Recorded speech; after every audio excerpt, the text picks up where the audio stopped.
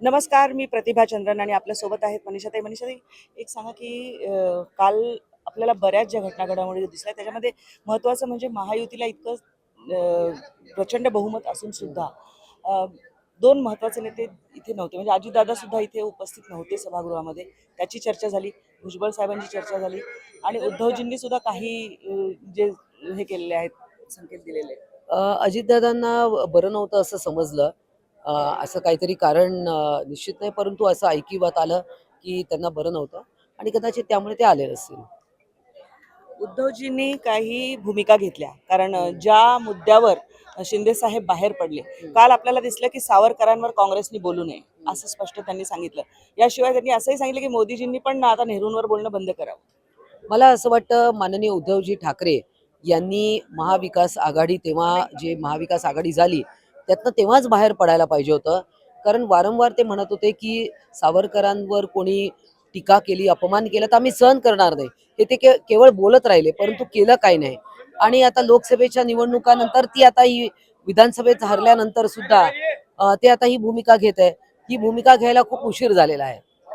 काल ते म्हणजे 2019चा प्रसंग झाल्यानंतर जवळपास संवाद कुठे ना कुठेतरी देवेंद्रजी आणि त्यांच्यातला संपलेला होता. परंतु काल भेटले, दरी सांधली जाते. काही बदल बघताय तुम्ही?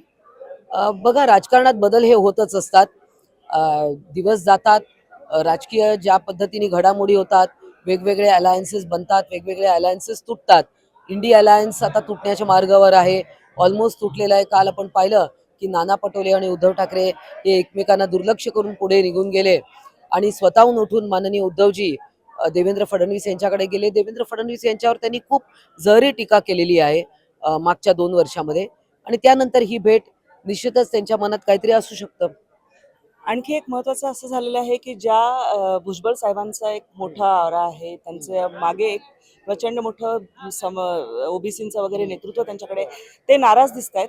त्यांना युतीकडून म्हणजे काही मनवण्याचे प्रयत्न, कारण त्यांनी हे पण सांगितलं की भारतीय जनता पार्टी अनुकूल होतं की त्यांना मंत्रिपद द्यावं.